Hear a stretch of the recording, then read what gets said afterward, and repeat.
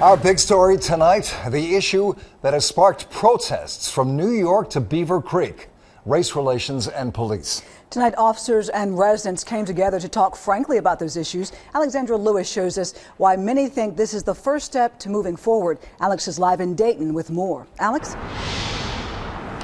This all started with a heated debate on the Dayton Police Department's Facebook page, and a couple of officers saw this. People were discussing the recent police-involved shootings, and they said Facebook really wasn't the place. They needed a real forum to discuss, to really create some real change. When people are killed or murdered, it's a tragedy, and it creates tension in the community, no matter how it happens.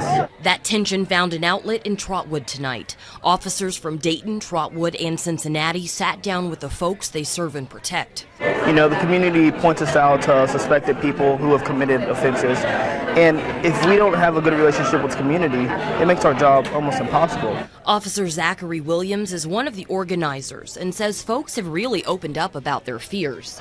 Being scared of police and not knowing when they could and could not do certain things, and just opening up their eyes to how to react towards police officers. And folks have ideas about how both sides have to take ownership for the growing distrust.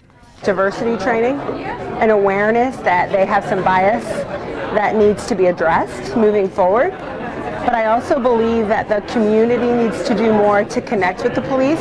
There's a lot of blame going around, and there's a lot of demonstration.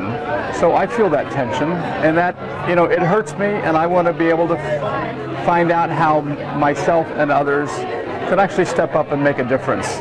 Tonight was about listening and educating.